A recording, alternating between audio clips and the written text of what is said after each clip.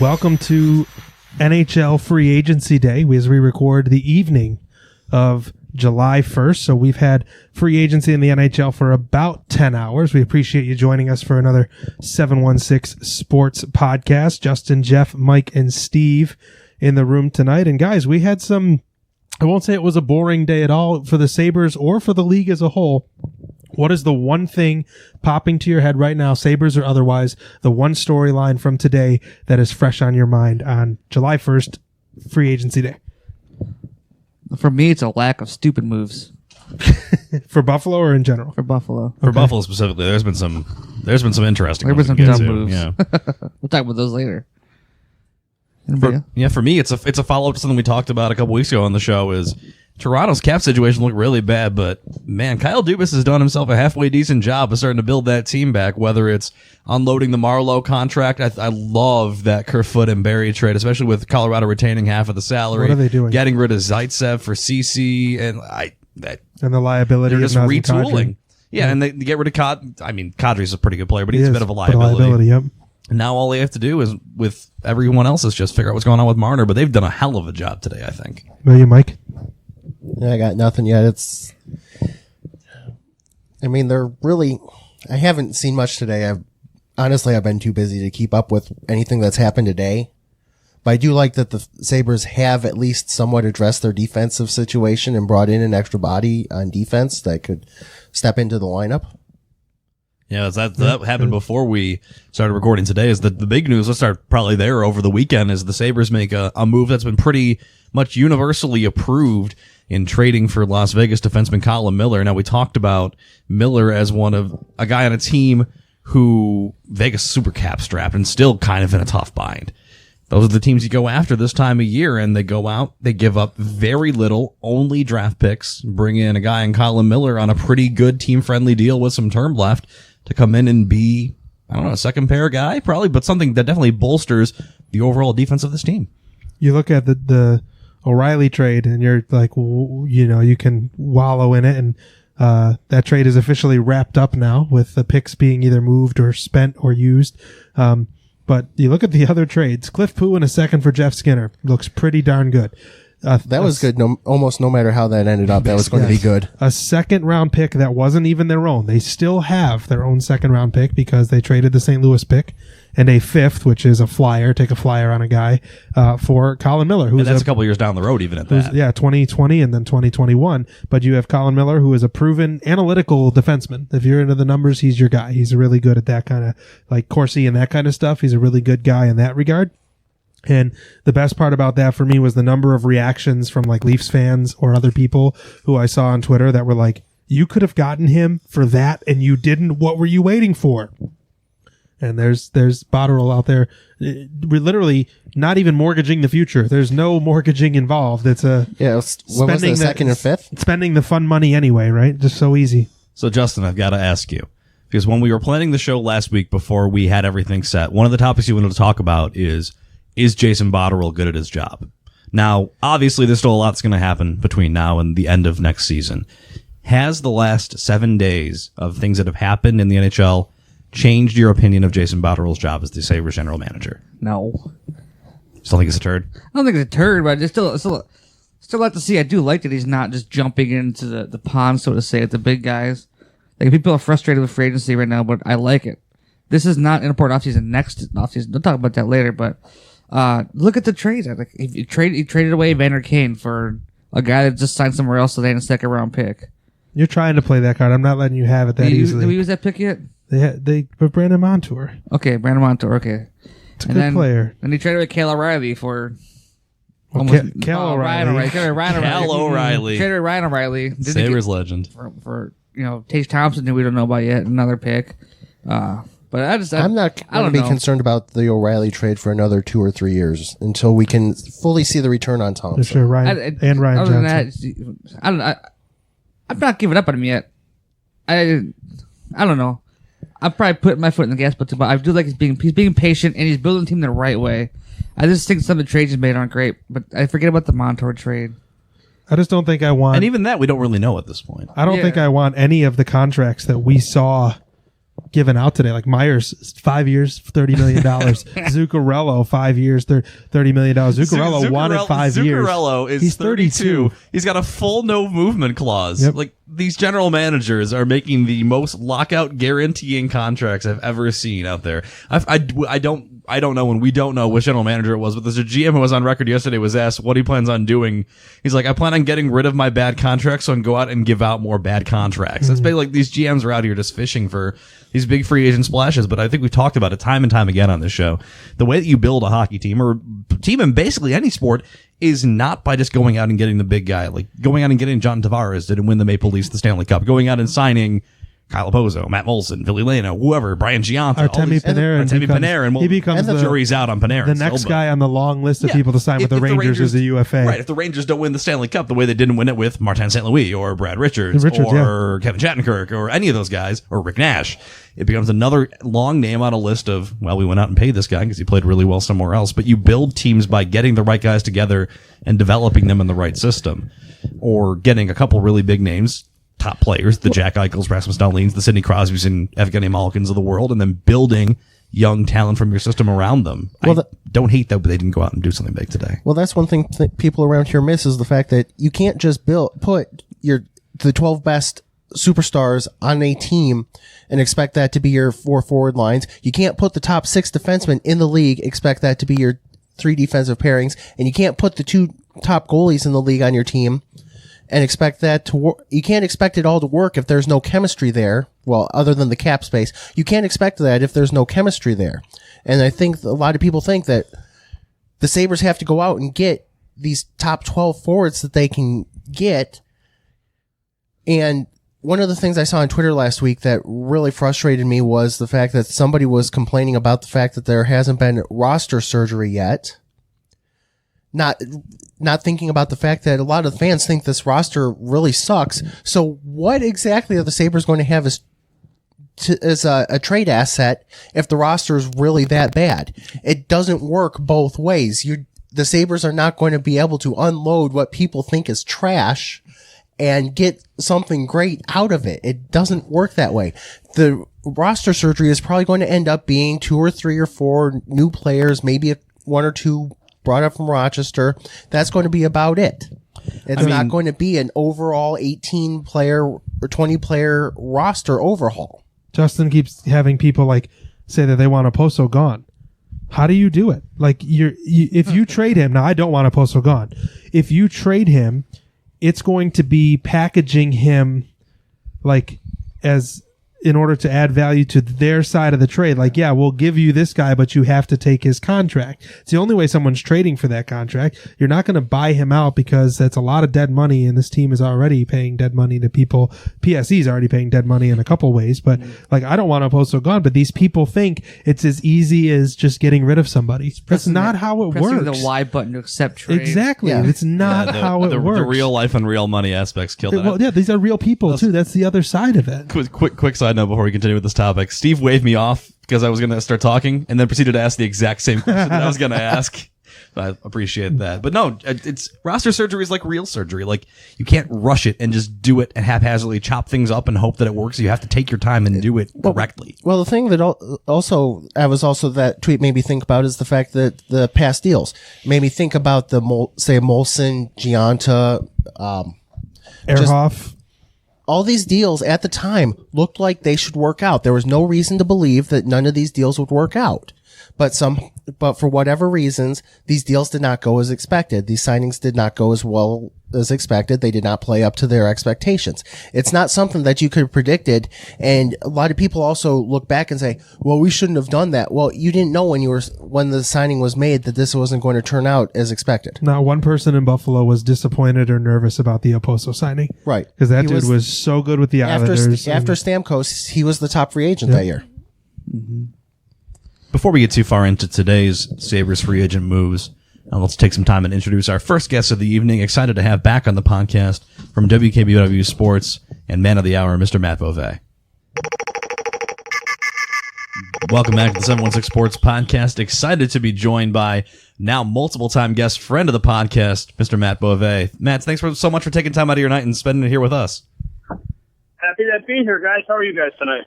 Oh, we're good. We're good. We're full. I know you are too. At the end of a long day, a lot of refreshing of the Twitter feeds and everything here. An exciting day for hockey fans with the start officially of free agency, and for Sabres fans that may be looking for the big splash when it comes to free agent signings. Really nothing today in terms of big moves. A lot of death moves. What do you think, Matt, of what the Sabres have done today in terms of whether it's bolstering the roster, maybe building some AHL depth? Well, I think it's probably a good start. It wasn't the splash that I'm sure a lot of fans would have liked to see. But then you look back at the times where the Sabres have made big splashes on July 1st, on the first day of free agency, and it usually doesn't work out that great. So there were players that I would have liked to see the Sabres try and add, but I also think kind of taking the long, methodical approach with the summer is probably the way they should handle it. I like the move to get Colin Miller. I think BBC is kind of a low-risk move that might pay off for them, but they still have a long way to go. Now, you mentioned that move for Colin Miller over the weekend. That's a move bolstering a defense. Now, do you think that sets the table for another possible move? I know Sabres fans are looking whether or not Rasmus Ristolainen's foot is out the door, whether maybe Jake MacKay or Zach Bogosian or someone else is going. Do you think that there's more moves to be made on that defense before the season starts up? I think there probably has to be, just because there are so many bodies back there. And I know Jason Botterill has said that he wants to have depth on the blue line because they've kind of been decimated with injuries there the last couple of years. But that said, I mean, you look now, you got 9 or 10 guys. I think ideally you would go into the year and you'd have 7 or 8 guys who you think, a couple who are extras who you're confident can rotate in to the lineup. But you've got extra bodies and you need help offensively. So I would think that the play, if you can, would be to turn that depth on the blue line into somebody who could hopefully slide into your top 9, or if you're going to move Ristolainen or maybe McCabe with some other pieces, then potentially a top 6. I'm wondering if I'm looking at this with the Sabres colored glasses, but they did not get into any contracts today that are going to have us wondering in 2 or 3 years, why they did that. And you look at some of the free agents out there that, of course, you'd love to have Artemi Panarin on your team. But at that price, I'm not mad that they didn't spend big money. And if you look at the acquisitions they have made, I know especially with Colin Miller, there are fans of other teams saying you could have had that guy for that price for a second and a fifth. And now also with Jimmy Vesey, they took a flyer on this guy with a year left on his contract for virtually nothing, a 3rd-round pick. So if you look at what the Sabres sacrificed today, virtually nothing. But if you look at their roster, now you have Jimmy Vesey, Colin Miller, and some depth for the AHL. Like I said, maybe I have Sabres colored glasses on, but I'm really happy that they did not put their chips all on the table today. They it's the long, slow play. Yeah, the only players that I would have liked to see them make maybe a stronger run at, and who knows, maybe they did, their players just decided to sign elsewhere. I like Don Skoy over in San Jose. Well, used to be over in San Jose. And I also like Nyquist. I think those are 2 players that the Sabres could have benefited from adding just because they kind of fill a position of need and they immediately would be on one of your top couple lines. They could give you some secondary scoring, but I agree. I think today is the day when a lot of people spend money just kind of ridiculously. So I think even though it might not be the funnest time for Sabres fans, I think it's probably the smartest way and the smartest approach that the team could take. Now, seeing what we've seen today and some of the numbers that have flown around, what are your thoughts on the Skinner number? Has your thought on $9 million changed? Does that still feel like the right number, looking at what some of the other big fish have reeled in? It's a little more than he probably should be paid, but it's not a crazy amount more.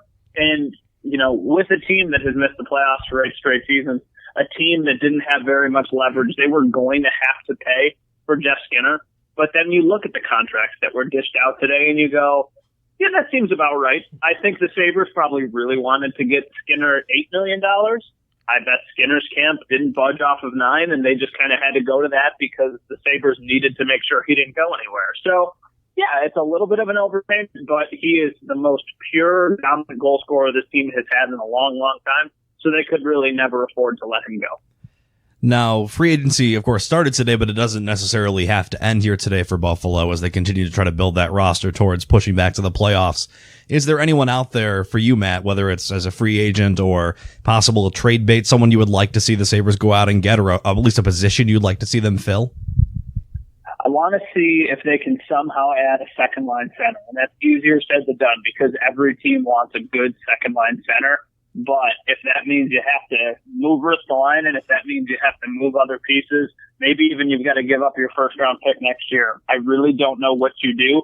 I think that's the biggest hole on the Sabres roster right now. And even if you do go out and add more second and third line wingers like they did today with BC, who are they playing with? Is Jimmy BC going to really have a ton of success if he's on a line with Casey Middlestat or Evan Rodriguez? I don't really know for sure, and I also don't think he deserves to be on the Sabres top line. So I think you need to find a second line center. I think that kind of protects the development in the game for Casey Middlestat for at least a couple more years, and then you go from there. And then hopefully, if you can get a second line center, you have him for a few years, and then by the time they leave, Casey Middlestat is a legit second line center, and then Dylan Cozens can be in his role in the third line, or maybe vice versa, they flip-flop. But yeah, that would be the biggest thing the Sabres, I think, should be looking for.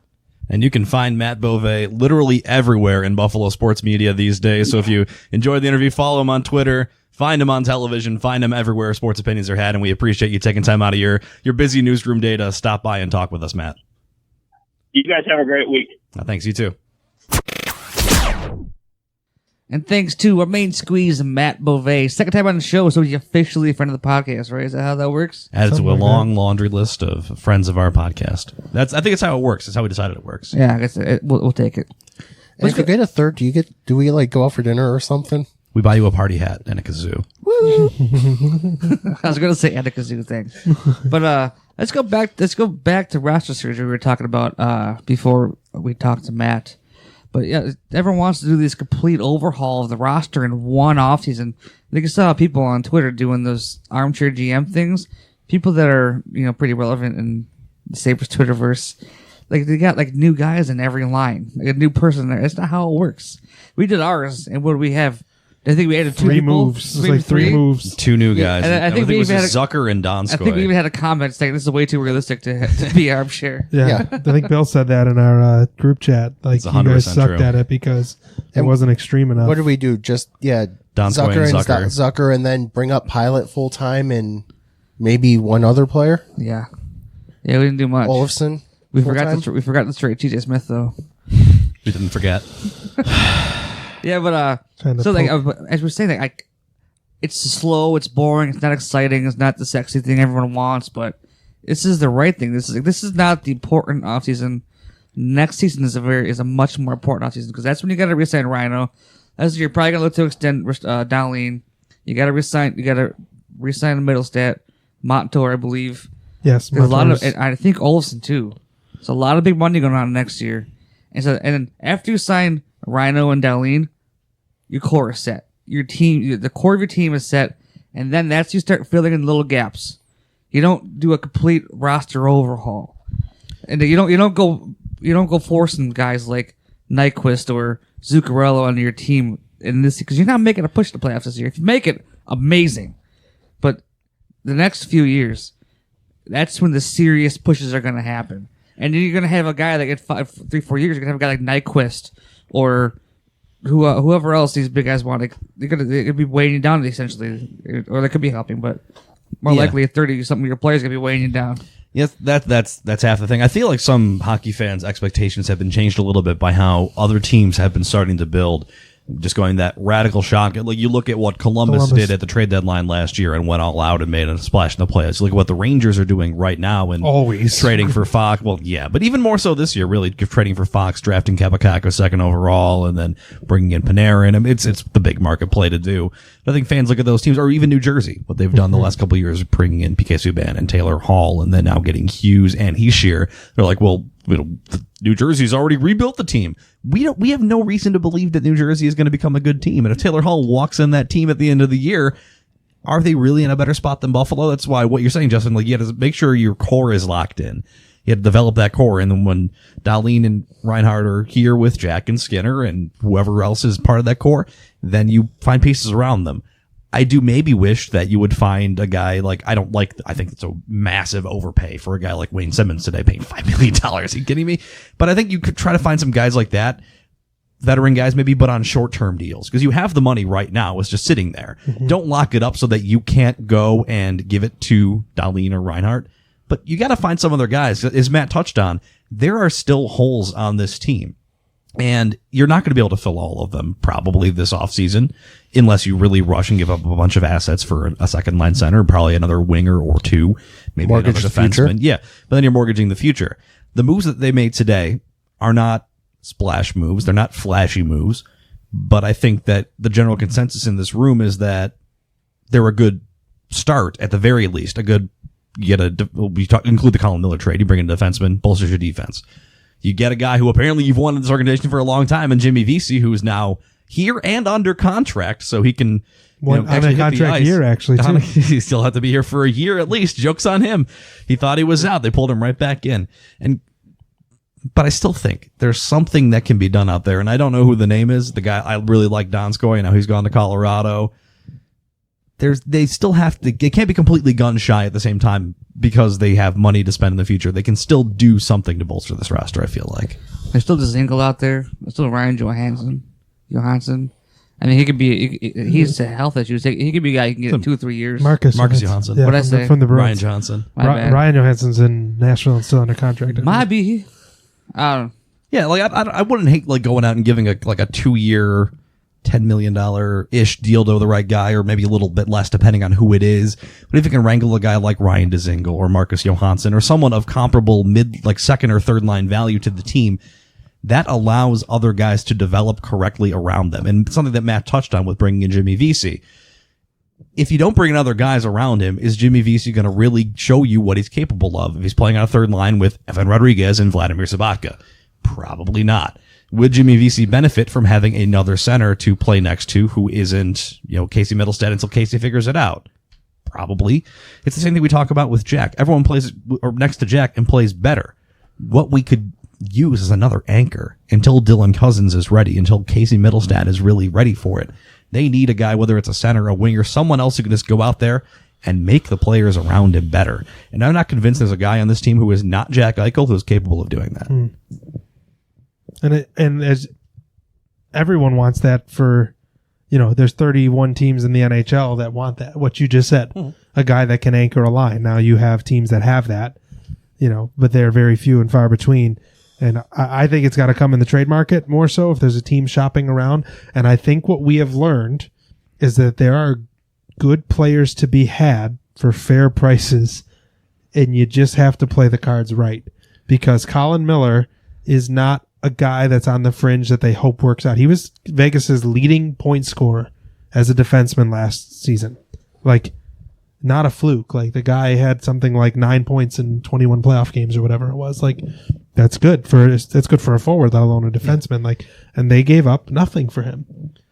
There's got to be a guy who's the level of Alex Kerfoot, who's going back to Toronto, and that Nazem Kadri. There's got to be some other guy out there who has that kind of level. You're not going to get the big name. No one's going to give you a proven second line center for that. That is a very valuable asset you have to really be willing to spend for. But maybe you find a younger guy or a guy like we talked about Brendan Peary, who went and turned around right back to Vegas and took another 2-way contract. So good for him. But a guy like that who maybe just be on the verge of breaking out, and even then you give up a little bit less, you take a guy who maybe has a little bit less of a name value, but then you don't lock yourself up in bad long-term money. And the less bad long-term money you're locked up in, the more freedom that we have. Think of how much easier it would be to build the Sabres roster without the Kyle Oposo contract. And I hate to say it, I don't want to rag on the guy, but the less bad contracts you have, the easier it is to go out and do what every fan wants you to do. And the Sabres have become, I feel, a little bit gun shy because every time they go out and make the big move or spend more than $3 million on a guy, the player turns into a heaping pile of trash. And it's just unfortunate to see this happen time and time again because every Sabres fan gets to their phones at noon today and they're just scrolling, refreshing, what are they doing? What are they doing? What are they doing? Okay. Minor league John defenseman, Sebastian Diaz. J.S. Dia, Andrew Hammond, Curtis Lazar, and they're watching Panarin go to New York, and they're watching Matt Duchene go to Nashville, and they're watching all these things happen, and none of them are coming here. But those are also contracts that will hamstring the team in the future. You're basically saying you're putting all your eggs in your basket for this year and just making a very top-heavy situation. The more we talk about this, the more you guys brought it up a bit the last time, the more important Sam Reinhart becomes in a contract year. You talk about being able to drive a line, whether he centers the second line or not. if he can drive that line even from the wing, if he can be the guy that can drive a line, like Patrick Kane can drive a line from the wing, no problem. And I'm not comparing Sam Reinhart to Patrick Kane, but he can do that. And if they have a guy if he is a guy that can do that, I'm not going to say the second line center is less important, but it's less important because if the first line can be Skinner, Jack, and whomever, and the second line is Olofsson and Reinhart, Olofsson at a 25 goal pace. I'm not saying Olofsson at, next big superstar pace. And Reinhart driving a line, it can be Middlestat. It can be Thompson or whomever. It can be Rodriguez, right? Like I said, Sabres colored glasses here, but Reinhart becomes so important this upcoming year. Well, I think sometimes we get so caught up in the world of analytics and looking at things like D-zone starts and O-zone starts that we don't think as much as maybe we used to about just positive and negative matchups. Namely, if you have one good line and you're on the road, the opposing team's top D pair plays against Jack Eichel almost 100% of the time if they get to choose who goes on a line against Jack Eichel. Because there's no other line on the Sabres team that causes you to put your Shea Webbers of the world out against them. You just try to ride Jack Eichel and Jack Skinner into the fucking ice for 40 minutes a night, and then you figure out your other guys will take care of the other guys. If you can have a line, even if it's just sometimes, another line, whether it's Reinhart or Olofsson or whoever, that forces the other team to plan how to play against them, that makes the life of Jack Eichel, Jeff Skinner, that much easier. And then you see their production go up because they're not the other team's top priority 100% of the time. And speaking of this, I'm not even, I want to circle this back to Okposo. I'm not even 100% dead on Okposo yet, because he's one of the best players on the team, right, as it stands. And he's still facing, top pairing Ds and playing with nobody, all right? So once the Sabres can shore up these top two lines and get a respectable third line, that could get Kyle Okposo go. He's not awful. The guy goes 110 miles per hour every shift, and he gets in the right spots. He's been pretty snake bitten the past couple of years. He's getting chances and not going in. I just think once the roster is set right, I think the goal right now is to buy him out at the end of 2021. That's what it makes a lot of sense for them to do. But I think by then the roster could be in a good spot to where he's an effective third line player. I'm not saying old Kyle Okposo world beater, but I think a solid second line player. You can get 15, 20 goals out of him again, maybe 40, 50 points. I think the problem with him is that he's making $6 million right now, which is not his fault. But his age and his health have caused him to no longer be able to play effectively in the top six. And on this team playing on the bottom six, he's out there with God knows who. And I know that's exactly what you're saying. I'm just reiterating your point, saying it a different way, that it's not his fault that he's making $6 million. I wish for his production they wouldn't have him at that price, but they do. And here they are. But I think he can still be an effective player. Like, if you remove his salary, no one's complaining about him. And it's a legitimate gripe. But I mean, if he's making half as much as he is, I don't think people want him gone per se. Yeah, but if he's an effective, solid third line player, I don't hate paying him $6 million. Right. It's a bit much, but I don't hate it. He's not the guy costing your team, though. He's not the guy out there that at the end of the game you're like, man, he was bad. He's not. Yeah, it's not exactly. Like, and that's just it. It's just the situation where he's not producing as expected when he was signed. It's still an important part of the team too. Like, it's that being a solid third line player, it's a very important part of every team. I still think that if he's not a second line player, he gets bought out in 2 years, no matter how good he is on the third line. I don't think because there's no way you can justify giving him $6 million a year that's to not play. a bottle move, man. You look at the right back fucking Palmerville right now. Yeah, but Palmerville's not going to lock up long-term money, and he's not going to lock up $6 million a year for sure. We're talking about building this team where you have money to give to Olofsson, Reinhart, Dahlin. There's a lot of zeros at the end of that number. I think if it becomes an issue, yeah, but I mean, theoretically, you should build the team that it becomes an issue. Because you won't have that many good players who need that much money. You're right. I mean, if it doesn't become an issue, I would be genuinely concerned about how they're building this roster. And you're right. I'm trying to argue just to fit my narrative. So I mean, I'm literally just arguing with you because someone has to. Yeah. I think Kyle Okposo gives 110% on every shift. But I think that at this point in his career, it has become evident that he's no longer able to play at a top six speed with guys like. I don't think go to Sabres game and watch him try to play with Jack. It's embarrassing. I don't think his speed's an issue. He's not slow. He's not a bad skater. But there's the one game last year, I think they put him back with Jack for a game. And I was at that game. And his feet were moving way faster than his hands. Like, he lost a certain level of skill. Whatever neurological thing he was dealing with It definitely affected his game in terms of hand-eye or something because he just doesn't have the same hands as he used to. And that's the thing. Oh yeah, and that's why it's hard for me to like. I feel like an asshole taking a hardline stance against Kyle Opozo because it's not his fault. Like he had every player's going to hit a cliff at some point, but his was brought upon him by a medical condition, and it's shitty that it happened to him at any point in his life, let alone while he's in the prime of his. I mean, he's a young guy. Is he even all over healthy yet? We don't know. I have no reason to believe. I mean, honestly, how often do players just play through everything? Like Kevin Durant tried to play through a partially torn Achilles. Like these guys will play through anything. I have a hard time believing that anyone who suffers an injury of that significance is ever really 100% again. I think right now he's just having a hard time playing fast. You hear that guy plays fast. It's just there's a difference than being fast and playing fast, and I think he has a hard time just getting back to playing fast. And I think he could get it back, but it's something he definitely lost something there. We'll see. I don't know. Maybe he's not even healthy. I'm not trying to change it, but getting us away from Oposo. What do some of the signings today mean for Girgensons, Larson?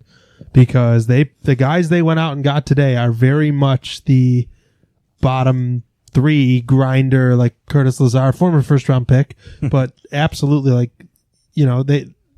he's not going to be playing top 6 minutes, but if he does play for this team, he's sliding into that fourth line winger role. So what does that mean for those guys? What does Ruotsalainen mean? I heard today, listening to, it might have been Paul Hamilton saying that if Ruotsalainen doesn't make this team, he's probably going back to play for Sweden. Like they would maintain his rights, but he's not going to play in the AHL. He'd rather play, and his Swedish team that his affiliate would rather him play there than in the minors. Mm-hmm. So does Ruotsalainen make this team? And what does these types of things mean for the fourth line of last year? What does this mean for Vladimir Sabatka? Does he have a roster spot this year? I don't know about Sabatka, but in terms of Girgensons and Larson, they got extended the qualifying offers, which at this point in their career, that's kind of like a head nod, like, hey, I see you. This kind of like a respect thing, like, it's whether they're accepted or not. I think they're as good. I think one of them is as good as gone. I like those depth signings that I had. People were frustrated with them. I like it. Gilmore was the second scoring defenseman behind Redmond last year or something. He's going to play the AHL for sure. 100%. But he was like a team. Someone said that Gilmore could play like the Tennyson role to go back and forth. Mm-hmm. Like Gilmore's the kind of guy that could play in the AHL 75 games and play in the NHL 10 games, like if you needed him, because he was a great point scorer last year in the AHL. So this isn't a nobody. I didn't know his name, but I think he was the second leading scorer amongst defensemen in the AHL last year. But the thing that's nice about Lazar is that he plays that Larson Girgensons type game, but he also has a certain level of skill that they don't have. He's like a 30, 40 goal scorer in juniors. Yeah, I don't know. Let's not pump Curtis Lazar's tires too much here. He's been a pretty terrible NHL player. I'm not pumping his tires. I'm just saying he has more skill than those two guys. That's all. He probably definitely does have more skill than both those guys, but that doesn't make him. I don't know. Curtis Lazar is probably a fourth line guy if he's on this team. I find it more likely he's in Rochester. I think really at this point they're just refilling the deck because they plan on having Nylander, Olofsson, and some of those guys back up here. I know that's something, Justin, you mentioned to me earlier today. It's like you call up all the kids from the farm because you need guys on your third and fourth line. Someone else has to play there. I think I said to you earlier, I think they're signing these guys who don't know to play in Rochester at this point. Their prospect pool is not great at the moment. But until it gets refilled, they're going to need someone to be those guys. And if someone gets hurt, you need a guy like a Curtis Lazar or someone to be able to come up and who has NHL experience and knows what to expect. You don't want to go to the bottom of your first year guys in Rochester who aren't NHL ready yet. You'd rather have a guy like that who is the first guy you call up on a two-way. I saw a tweet today that I think the Amerks payroll now is at $6.8 million, which is the highest AHL salary from that's not a team that has a player buried. So they're making a serious Calder run. Not until we put Sabatka down there. Well, yeah. I don't know if they. I think Sabaka's. I think they're still just to buy him out. I don't think they want that guy. He's going to be toxic in any locker room, and you don't want him down in the AHL with your players you're trying. Is the best case scenario him going home to play? Yeah. That he either leaves like Berglund or they give his rights to a team. You hear Berglund's coming back or wants to come back and is generating interest? So you're saying a guy who hated hockey in Buffalo and played at some point in his career for the St. Louis Blues has rediscovered his passion for the sport upon leaving Buffalo. Can't believe it. In all seriousness, it sounded like something serious with him, and I hope that Pat has a good shot back at the NHL. But I mean, for Kick save. I think for Sabatka, it makes sense to not do anything for him right now. If I'm Jason Botterill, I wait and see how much money I end up spending. This is last year And for then if Steelers. I have the money, then I buy him out. But why buy him out before free agency? This is last year for Steelers, right? Well, yeah. They can't buy him out now. Window's closed. Is it? Yeah, windows are closed for Well, never buyouts. mind. He's still here. Because they can't buy you out after UFA. That would totally suck. Like, if Sabaka was a good player and they waited to buy him out until August 2nd and all these teams have spent their cap, then he has nowhere to go, quote unquote. So, yeah, the window for contract buyouts has closed. That makes sense. I So I just, guess he's here. He thinks he's an offensive player, but he's never put up more than 20 points in the league, I think. Like, I just hope they're going to go play him out of second line because of fucking both the news article we wrote. Sabatka, Sheary, Nylander, second line. Book it. Ouch. And I quit. This is the end of the podcast. Thanks for listening, everyone. Justin's giving up hope the second that happens. Ralph Kruger's going to get this guy playing. Ralph Kruger's going to line. fix everybody. Yeah, as I've said, he's got it. He's going to have Saboka playing fourth line, and Saboka's going to be like, I love playing 7 minutes a night for this guy. Bet he's going to be like, he's God, the I best hope coach so. I ever. already love him, dude. Kruger. He's literally never coached a single thing, and I'm already all on board. They posted a video of that. That video. Oh, that was hype. really good, by the way. Talking to all the young guys before camp start. And I was like, if I'm on this team, man, if I'm in that room right now, I'm not using doors the rest of the week. I'm just going to jump through walls, room to room. Like, It's a skilled skate through a brick wall. I was hyped. I'm not even on the team. I was like, I'm Justin sitting at his desk like, let's go. Yeah. ready. I went out, mowed the lawn. I felt motivated. He wasn't even at home. He was doing it at Motivated. work. He was so motivated. He started mowing the lawn at work. So he's in the back on the concrete, just pushing a lawnmower around.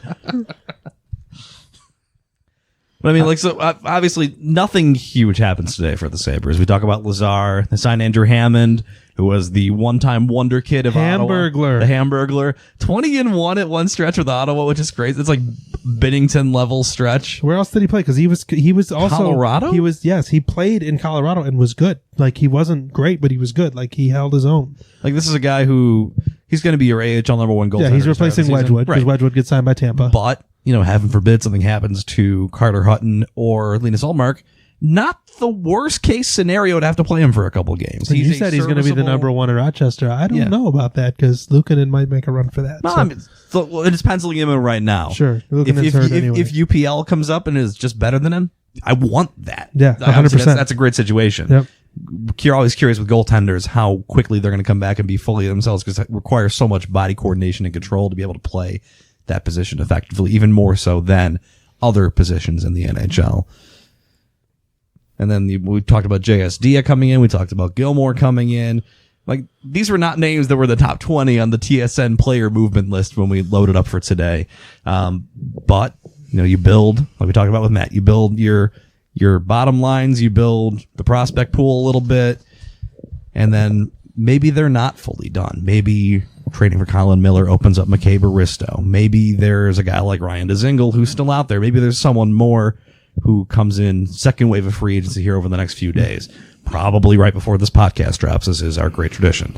But I don't know. The Sabres, I'm not pretty much left the wanting same. a lot right Yeah. now, though. I'm not sitting here like I'm okay. they have this glaring issue. Like the one is second line center, and I feel like, they won 10 games in a row without one last year, and like they. Middlestad will have another year of development under his belt, and I'm not. It's not the end of the world if they start the season with this team. I'm not going to be upset. I'm not going to be pissed about it. Like, there's room to make moves. They have 26 NHL defensemen. That's not right, but they have a lot of NHL defensemen, so they have room to make moves. I'm not saying if they go out and spend some of that capital on a second line center, I'm mad at them for doing that. But at this point, I don't feel like it's the same team going out there again this year. I really don't. And I think that I'm ready to, I would not be upset if they roll into, is it Pittsburgh game one with this roster? I'm ready for Olsen to be on this team. That's going to be a big thing. Like, that's a solid second line goal scorer. He's going to score goals. He's very talented. This team, I mean, even in the limited action he saw at the end of last season, Yeah, he he looked showed pretty good. something. they He's weren't also 24 years old, but Yeah. anyways, he's not like some young kid. They Anyways. weren't great last year. They had a 10-game stretch, obviously. They weren't great during that. They were all mostly one-goal games, overtime games. but you saw they have it in them. It's there, and they were putting the effort in. That team was grinding hard. And then something just stopped, and I think the coach lost him. Clearly lost him. I don't think Kruger's going to lose these guys. I think Kruger's going to get these guys hyped, and that's an important thing. It's so cliche, but I think the coaching staff really hurt this team last year. I think they could have turned it around with the proper moves just in the locker room, but they didn't do anything to like fix the problem. They said, "Oh, we weren't that good anyways." They literally said that. Remember, we didn't think we were that good anyways, so we didn't do anything. Like the dumbest thing I've ever fucking heard in my life. My issue isn't necessarily the human beings who are playing hockey for the Buffalo Sabres. My issue is the mindset and attitude of the hockey team and the effort level that they put in sometimes. If Kruger can come in and fix that, the team isn't like just a complete bunch of scrubs. He just has to find those things that you want to see in the players. He has to find the next gear of Casey Middlestad or the next gear of Olofsson and Nylander. If he can find half of what that mysterious potential category is for these guys, the team is so much better than it looks on paper, because we look at this team on paper and we see last year's team, which is Jack and Jeff Skinner and Reinhart, and then what else? Well, there's a bunch of guys who skated half the time. Like, there's so much there that is, I don't want to say like not tapped into, but I feel like if Kruger is the guy to do it, there could be something hidden in this roster still that they don't necessarily have to find somewhere else too.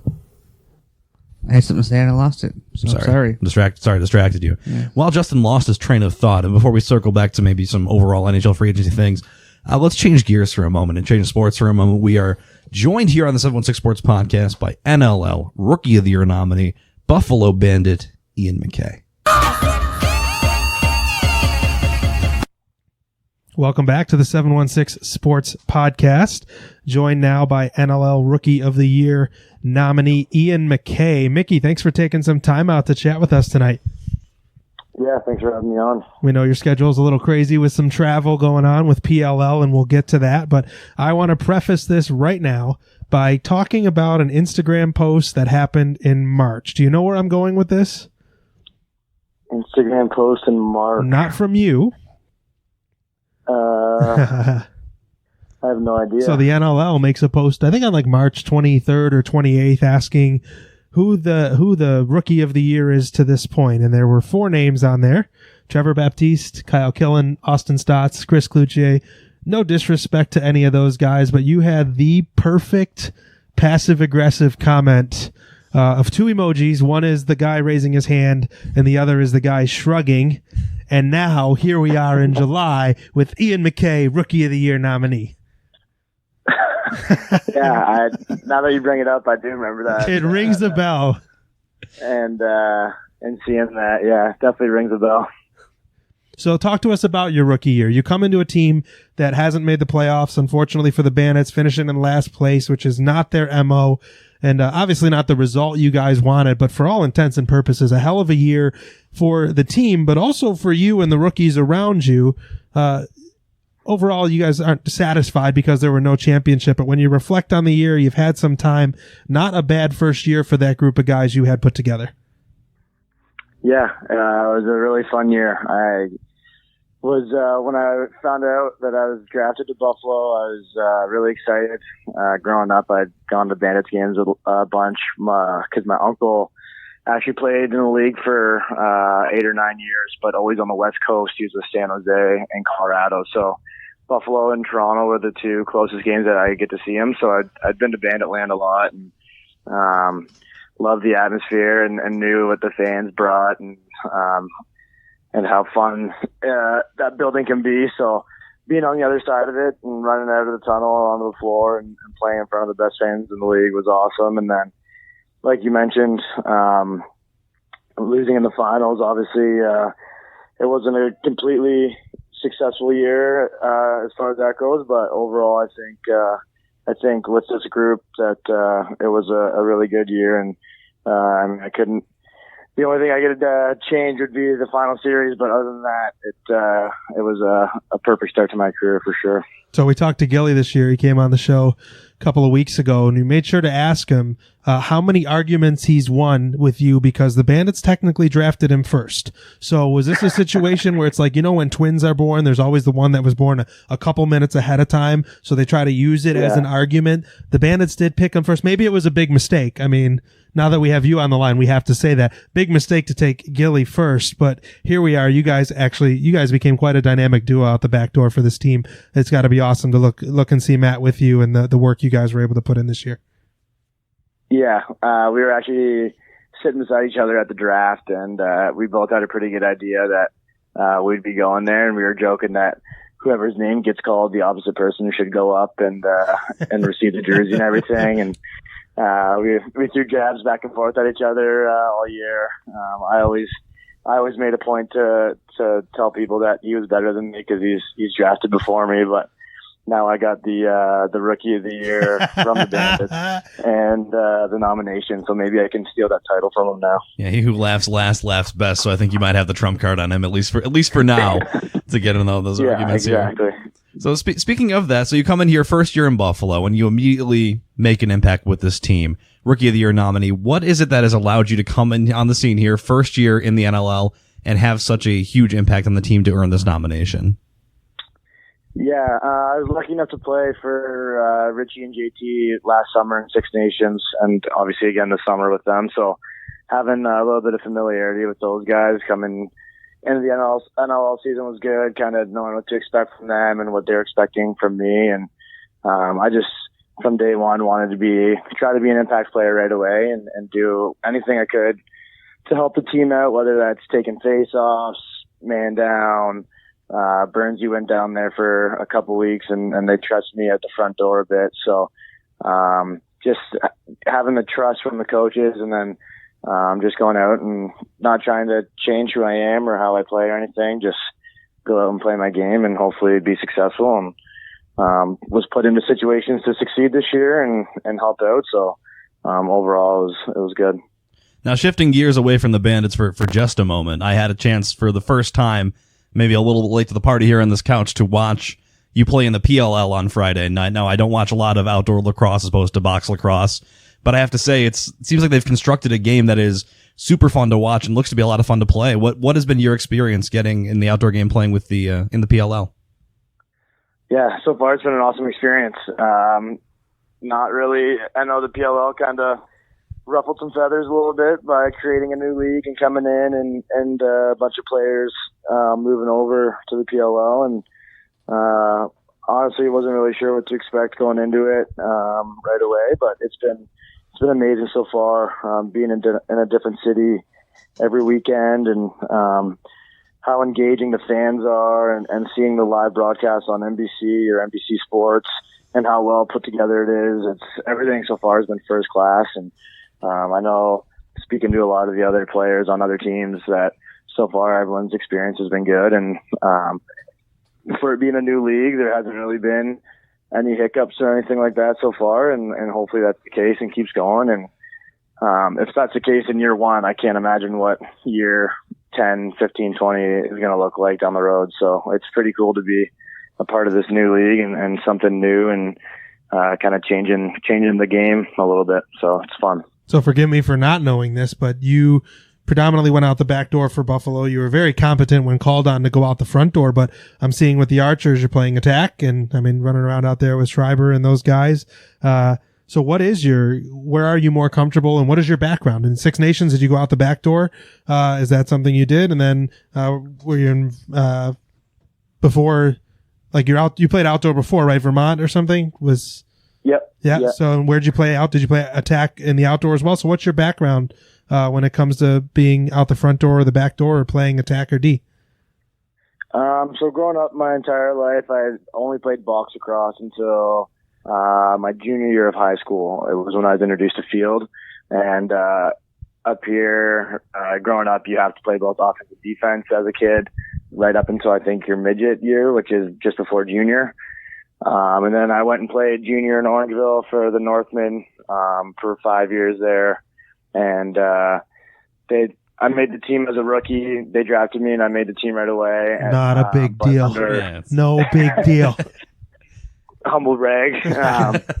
but it was on one condition. I could stay, and I went and tried out as an O guy.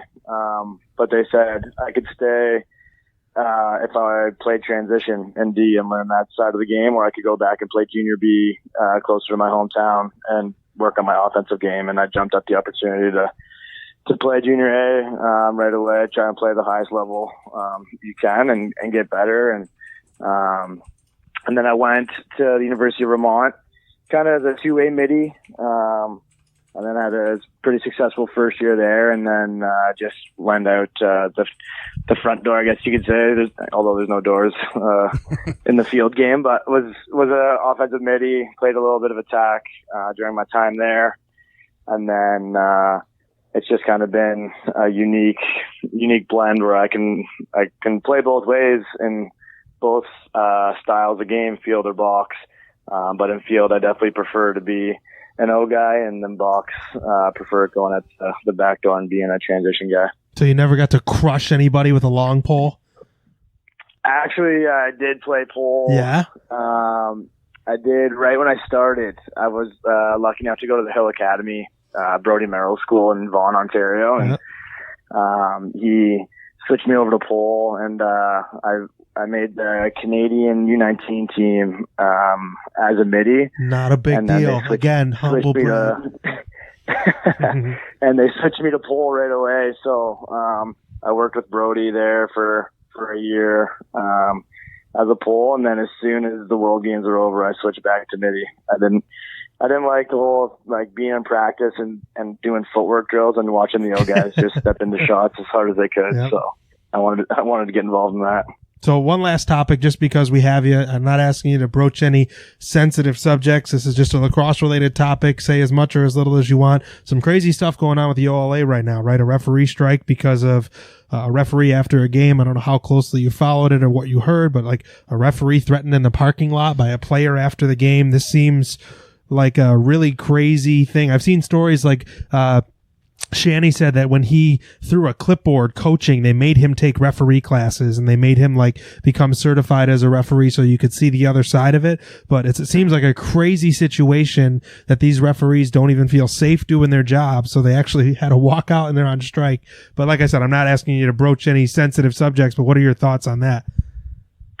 Yeah, I mean, it's really unfortunate to see. I didn't even actually know about it until a couple of days ago. Our Six Nations group was talking about the potential of our game coming up being canceled. Mm-hmm.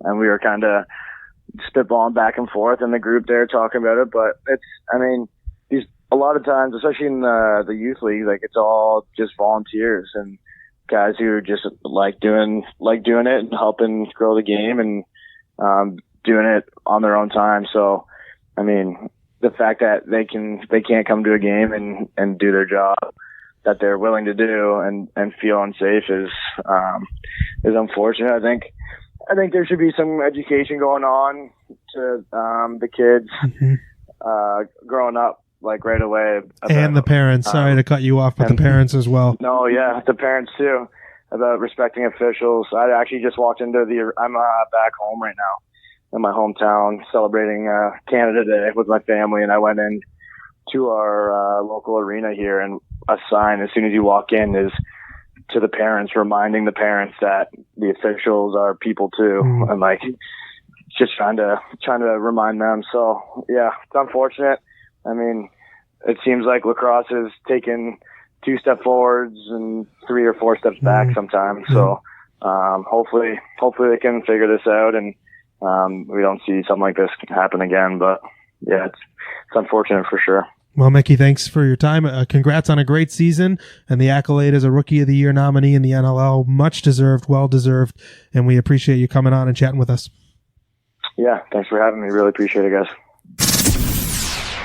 And thanks to NLL Rookie of the Year nominee Ian MacKay for taking time out of his busy travel schedule up there in the PLL to come on here on Canada Day, no less, and talk about his first season here in Banditland with us.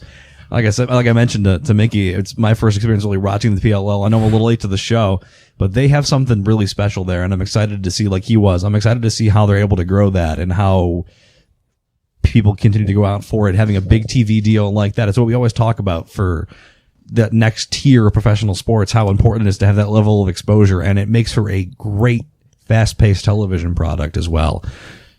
Well, for me, I've had so much exposure to the box game.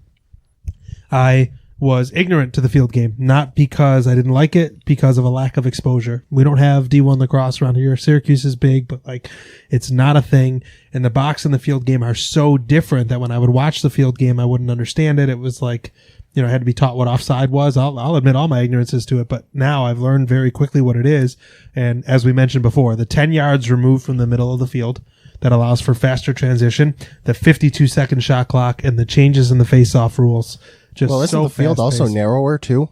I haven't I know it's heard shorter. that. I haven't heard that. It looks like it might be a little bit narrower to count for as proportionally for the 10 yards you lose. And the 2-point line I thought would be super chintzy. It's not. You see a long pole come up, and he's just thinking, "Oh, fucking, let's see what happens." Just lets it Launch fly, it.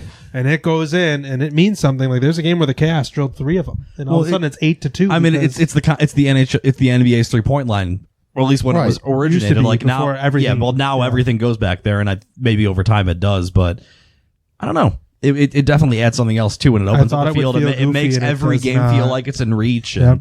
no, it's great. The It does feel Chaos. weird cheering for guys like Schreiber because he's playing with Mickey and everything. yeah. Though. Get a The lot Chaos were up 8-1 on Saturday, and the game went to overtime. So, I mean, they just really have done a good job. And then the teams that were at the bottom of the barrel are now winning a few games in a row.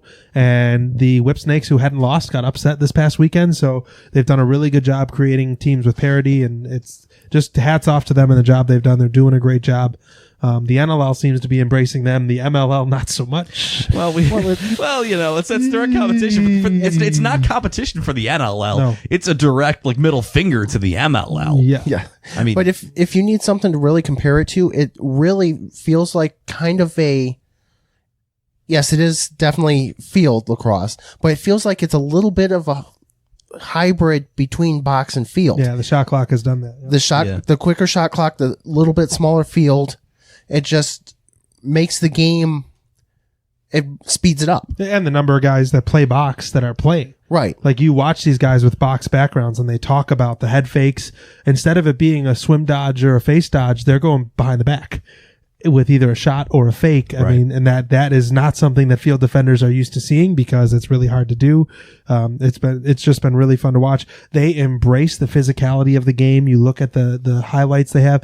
Blaze Riordan 2 weeks ago body slammed a player, got punched in the face and the PLL is embracing that and marketing that. And you know what? The Blaze, and I don't remember the other guy's name, they were talking to each other on Twitter afterward about it. They weren't mad at each other. They got into it. Blaze came over because what the heck was his name? He was cross-checking a guy that was already down. And Blaze took exception to the slash and picked him up and gave him a belly-to-back suplex. So the guy stood up and punched him in the face. And on Twitter, he's like, I give Blaze credit. He picked my fat ass up. And they were laughing about it.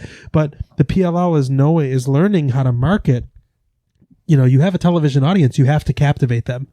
And they're doing it, whether it's the pace, the action, the scoring, the physicality, the microphones in the huddle. If you saw the Archers game, the Atlas won, correct? The Atlas, the play that was drawn up that led to the game-winning goal, the player that scored the game-winning goal was the one drawing up the play. He's in the huddle saying, all right, guys, if we do this backside slip and we do this, there'll be a shooter on the left side open. He was the shooter on the left side open. So for all intents and purposes, he called his own number, but you got to see it in the huddle. Can you imagine in the NBA if they let a microphone into the huddle? Teams would never allow it, but because the PLL is not owned by, these private owners that have their interests in mind, and when all is said and done, they want to win the championship, but it really doesn't matter. They're like, no, you are going to have a microphone in your huddle. It reminds me of one of the coolest other parts of sports recent film that was back when Philadelphia won the Super Bowl and they had the mic in the huddle for when Foles asked to run the Philly special. Philly. Yeah, and then, but you would never see that live. You're lucky enough to see it afterwards. Yeah. We get a glimpse of it too with Cam Newton and Clay Matthews when Cam made the call and Clay Matthews is like, hey guys, it's the wheel route. And Cam's like, oh, it is, huh? Watch this. And it was like a little post for a touchdown. It was so cool, but you don't get that kind of exposure. There's players sitting in the penalty box and while they're sitting there with their helmet off, they shove a microphone in their face and they're like, what'd you think of that? He's like, I didn't slash them that hard. I shouldn't be sitting here. The the first week they didn't take advantage of the 7-second delay that they're allowed to be live TV because there were F-bombs flying everywhere. Right. But it's amazing how they've brought the game into your living room, the PLL. So hats off to them.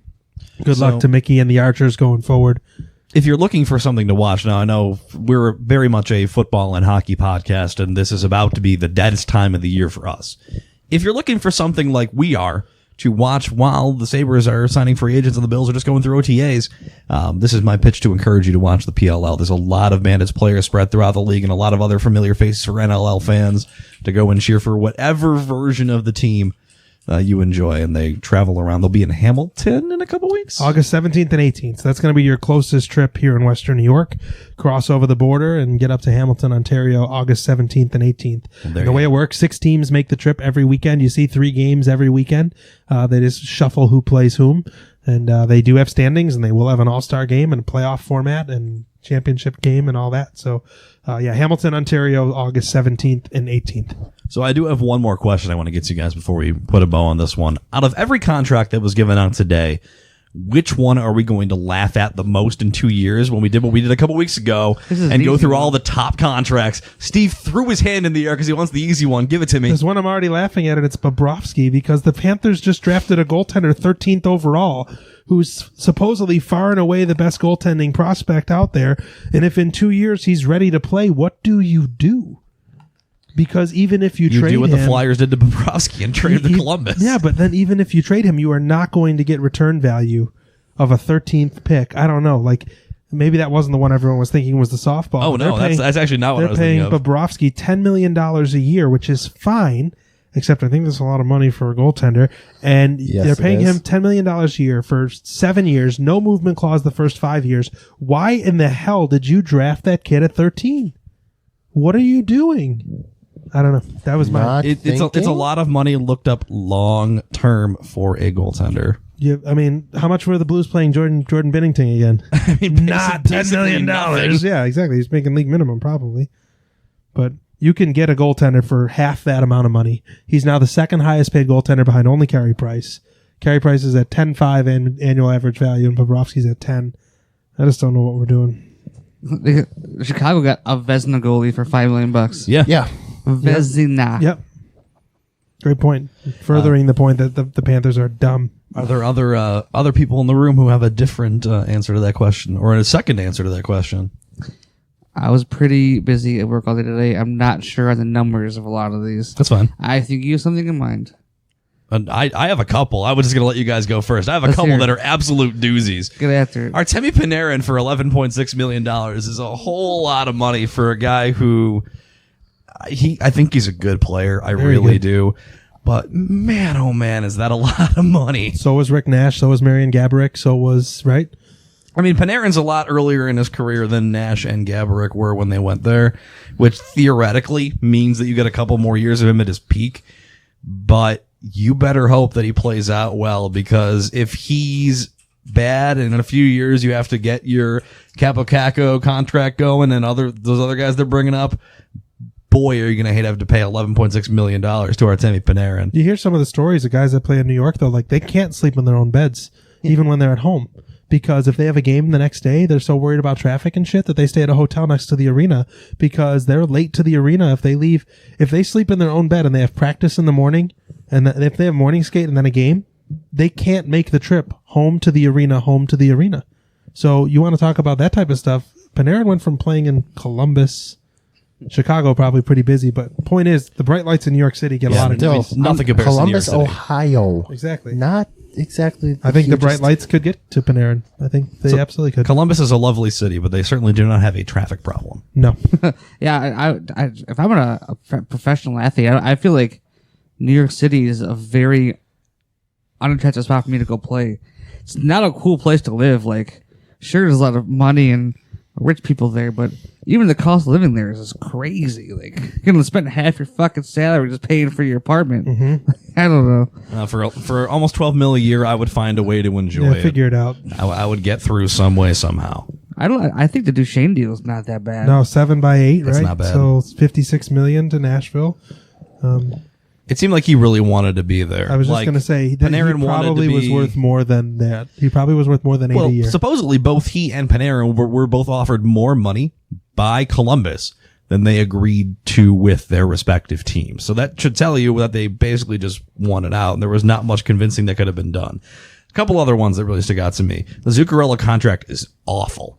That's $6 million a year for a guy who's 32, full no movement clause. Classic Minnesota signing an old guy to play alongside Parise and Suter. They're going to have so much dead money on the cap in a couple of years. It's going to be hilarious.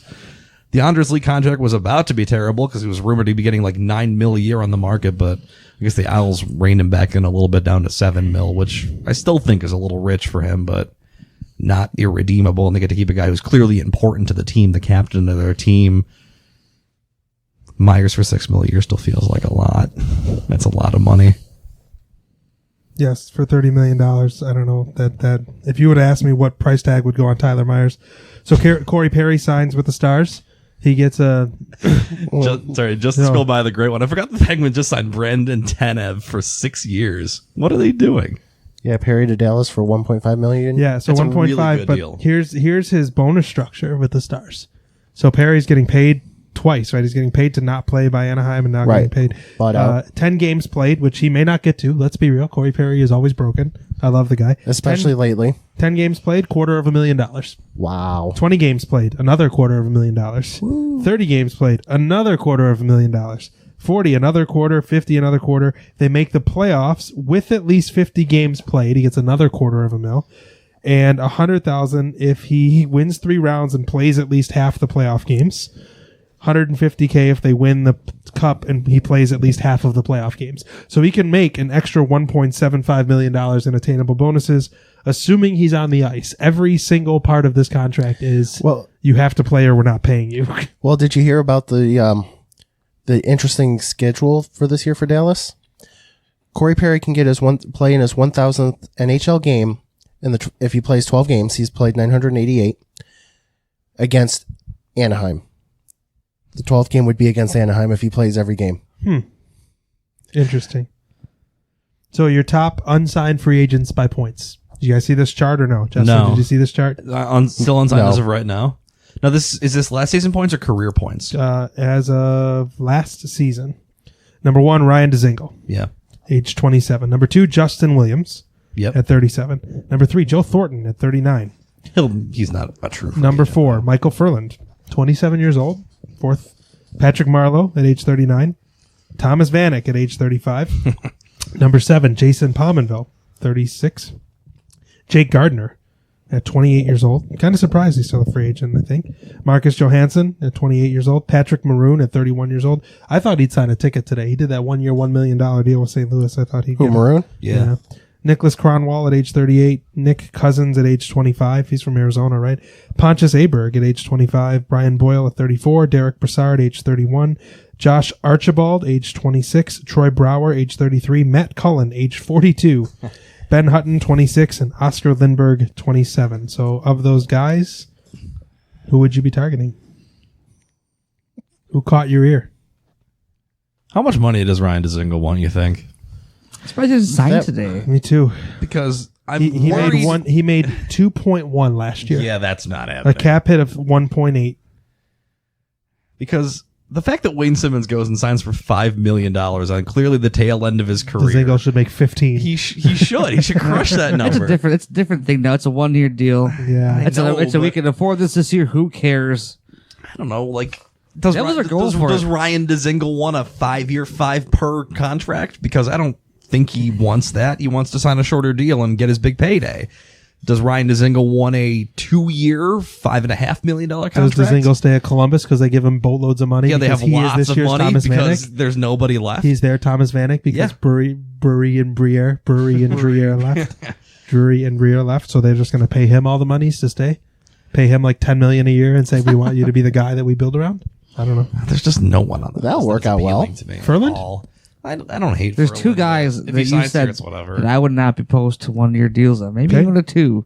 And I'm going to take shit for it. Vanek and Palmerville. No. I was actually ready. Oh, for thank that, goodness the 100%. nostalgia isn't kicking in. But I'm okay with Vanek. Not Palmerville, though. Okay. It's a guy you could put and score some goals for this team. Was that one of them, Vanek? Yeah, Vanna. Okay, who's Yeah. the other one? You said you wouldn't be mad about a 1 year This is the guy that you want to see if he's looking to go win a cup, or if he's looking just to stack the bank for a couple more years. I'm okay at Justin Williams. Mr. Game 7? It's a perfect veteran player you want to bring in the locker room. One small He's problem still- with Mr. Game 7 here. The Sabres would have to make the playoffs in order for Mr. 7, Game 7 to qualify. Sorry. What's the thing? Is he looking to make it to the cup run for maybe his last season or two in his career, or he's looking just to put some more money in the bank for retirement? Because he's got If that's what? the case, if he's just looking to sign somewhere and wants to play hockey again, give him a call. Yeah, I mean, if he actually wanted to play here, I think he'd be a great, This team just great lacks- locker room presence for This a team bunch lacks so of young much guys. veteran presence. Like, that's perfect guy. His I mean, he cap was at great last in year was Carolina. $4.5 million. But 1 year, 4.5. I don't hate it. I usually give him 2 or 3 or something like that. I don't. They got the room for it right He now. probably though. would It's not take going to 2 or hurt 3 you. from Carolina. I don't know if he'd take 2 or 3 to move to Buffalo. They have the room for it now. They have the room for it next year too. What's it going to matter? If you can afford, I don't. It's the same with Wayne Simmons. They had the $5 million this 1 year. It's not going to affect them the following year. Just fucking, sure. The Devils are making. We talked about it last week. The Devils are making a run at it. They And really that are. contract proves it. We have this fight. We have this space. We're going to bring in this guy that could help us. Like they're They want to build a team that convinces Taylor Hall to resign. or just this is last year. We're going to have this guy in this team. Like Going like Columbus did their last year with Bobrovsky and Panarin. I don't believe for swinging one it. second that Taylor Hall hasn't already made up his mind either Oh, way. I'm pretty sure he Just has. like Tavares, right? Like Absolutely. where does he live? He's going there. he That's slept everyone's in favorite. Florida Panthers bed sheets. Yeah. He was a big John Van How about, Beesbrook fan growing up. Bees- Castle going to Arizona. So who's giving turning them down a trade to Minnesota? Was it? Yeah, Minnesota so for a people were sucker. giving him like, oh, why he probably is real mad to go to Arizona. First off, no, he's not because he had to choose to go there. Accepted, yeah. And 2, at his age, like you have to realize at his age, hockey is still important. He's won his cups. Like now it's about making his money. If he wants to go golfing on a Wednesday, he can. This is my thing. You know what he can't do in Pittsburgh on a Wednesday in January? Pretty much anything else. Anything other Go yeah. outside. This guy was gonna make a Exactly. joke about. Like, I think he's just tired of being in cold cities. Yeah. He's gonna you gotta go to any warm state and then take a trade. Like here's exactly. Why do you think Shane Doan never left Arizona? Yeah. Because it was awesome. Like Guys he is just- gonna go do his thing. It's this warm weather Yeah, team. he's gonna go to the warm weather and then spend all his time on sheets of ice. God Does he bless. care? Does he care about cups anymore? No, he's got those. No, Does he's he just- care about scoring? No, he's got that. Now it's about getting paid a lot of money to live in a pretty sweet city. and hot dogs. He ate a bunch. I love how Toronto ran him out of town on the hot dog thing. That's still so great. At least it worked out for them. You know, it's not like he went on to win multiple cups somewhere else. But No, not at all. Anything else on free agency that you guys want to touch on? I'm really pleased with what the Sabres did and How did about not the- do today. Interesting Robin Lennon situation.